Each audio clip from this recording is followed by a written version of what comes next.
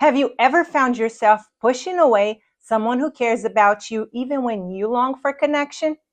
Or maybe you have noticed sabotaging patterns that leave you feeling stuck in an unhealthy relationship cycle? Today, we're shining the spotlight on the hidden patterns behind avoidant attachment and the self-sabotaging behaviors that come with it. Discover the sneaky ways you sometimes sabotage your own happiness and emerge with the insights you need to build healthier and happier relationships.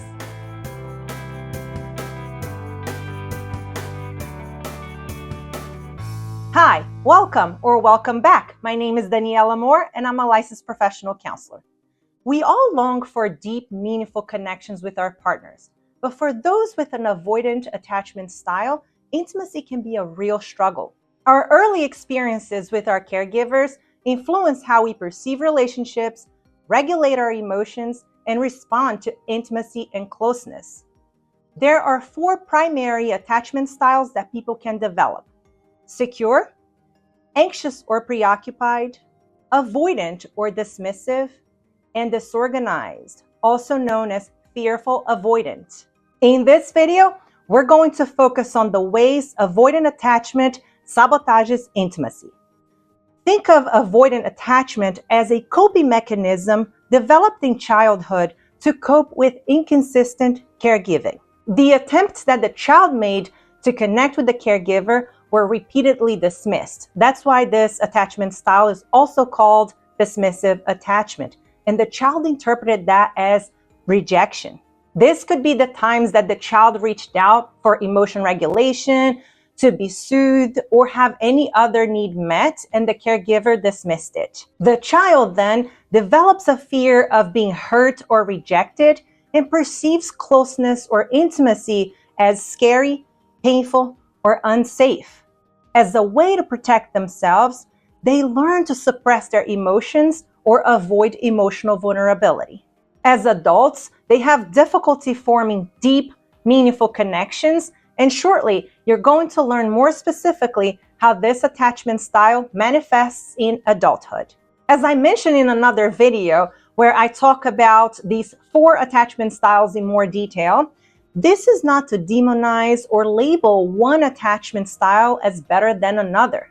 In the case of avoidant attachment, it's about understanding the unhealthy or self-sabotaging behavior patterns and how they influence the way you experience and show up in your relationships, and learn what you can do to change or improve these behavioral patterns. It's important to note that the sabotaging behaviors are not necessarily conscious or deliberate. They often stem from deep-seated fears and insecurities that have developed over time. Whether this is your attachment style or your partner's, here are some sabotaging strategies that avoidant attachment individuals might engage in. But before we dive into it, I have a favor to ask. Please like this video and hit the subscribe button to stay connected and learn more skills to help you elevate your well-being. And remember to ring that bell so you don't miss out on any of my upcoming videos. Now, back to our topic, ways that avoidant attachment individuals sabotage intimacy and relationships. They have difficulty trusting others. Individuals with avoidant attachment style have difficulty trusting others due to past experiences of betrayal or abandonment. They may have a belief that others eventually will disappoint, hurt, or leave them, leading them to keep their guard up and avoid fully investing in relationships. Trust is essential for intimacy and a fundamental component of commitment in relationships. So it's very common for avoidant individuals to avoid commitment, the second sabotaging strategy on our list. Because of their deep-seated fear of getting hurt again, they may have difficulty committing to long-term relationships because of their perception of intimacy as vulnerability and as a source of loss of independence. They may prefer casual relationships or keeping their options open rather than committing to one single partner. They may feel more comfortable with the limited emotional investment and the lower expectations that come with these casual relationships. Often, They avoid making commitments that lead to greater emotional investment.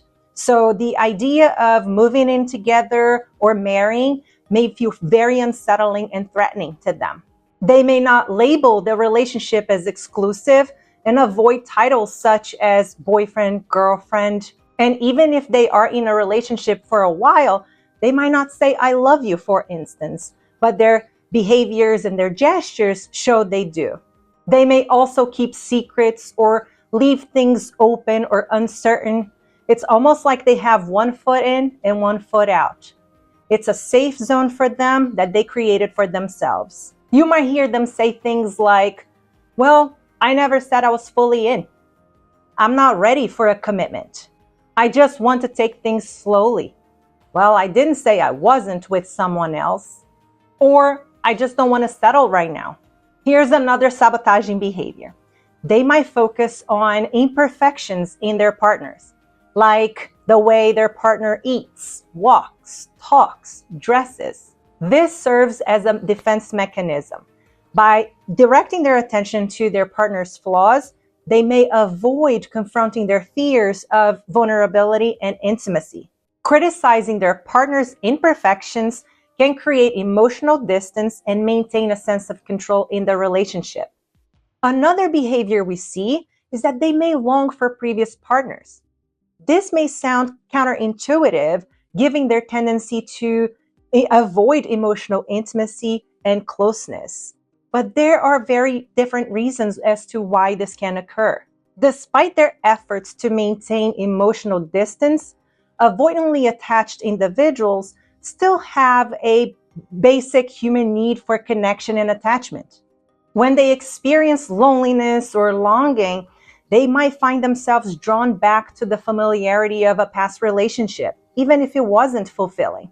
When looking back on previous relationships, avoidantly attached individuals may romanticize the positive aspects and overlook the reasons why the relationship ended or why it wasn't healthy for them.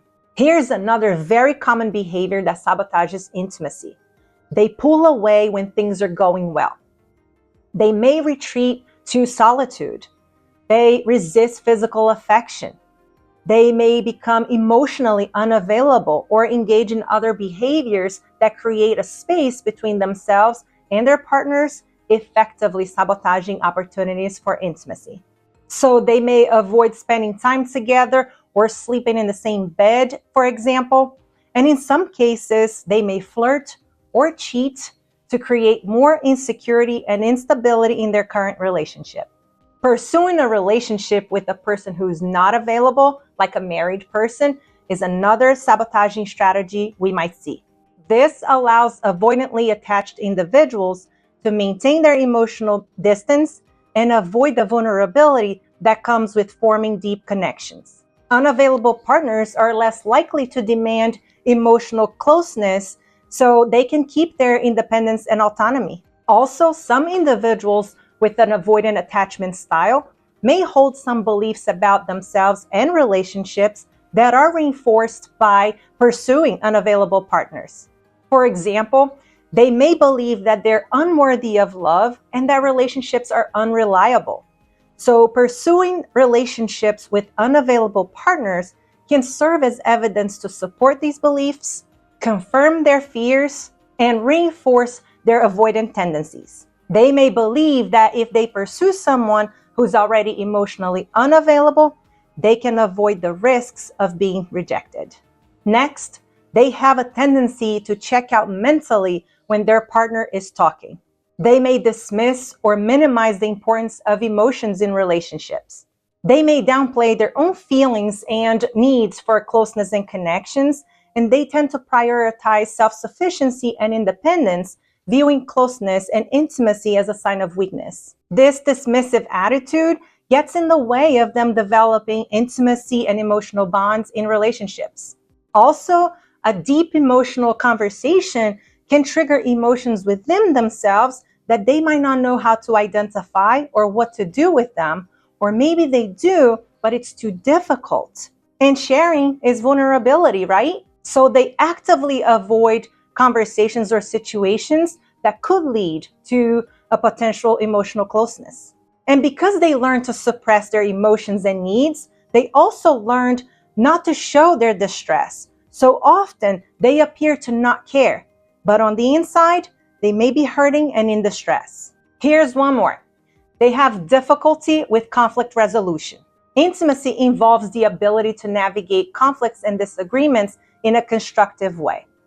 For avoidantly attached individuals, this can be difficult because they either avoid conflict altogether or they respond in a defensive or dismissive manner.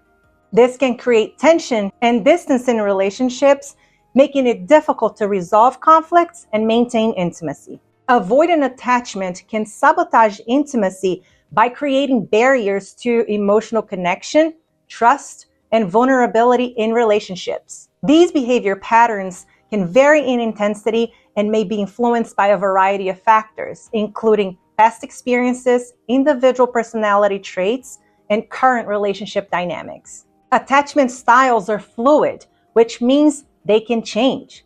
Breaking free from these patterns is possible, and it requires self-awareness, introspection, and a willingness to challenge old beliefs and behaviors. Click here to learn healthier ways of relating to others and heal. Work on developing more secure tendencies to continue to grow and evolve more in your relationship. Remember to like, share, and subscribe. I'll see you in the next video. Ciao for now.